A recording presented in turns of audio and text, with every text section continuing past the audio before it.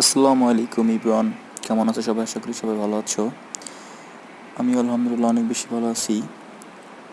So বন্ধুরা, আমার YouTube চ্যানেলে সবাইকে স্বাগতম।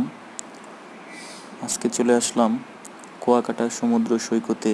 তো বন্ধুরা, দেখতে পাচ্ছ এখানে নানা রকম সুন্দর সুন্দর বাহারি রঙের পুঁতি এবং ঝিনুক দিয়ে মুক্তোর মালা তৈরি করা হয়েছে।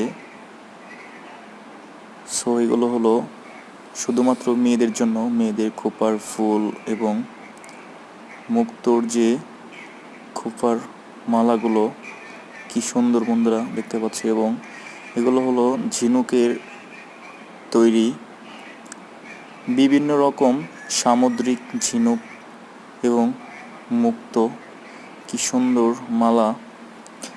এটা হলো বন্ধুরা খুবই সুন্দর।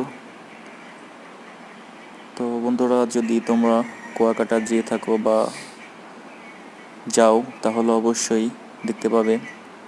তারপর শেষ করে চলে গেলাম শুটকির বাজারে।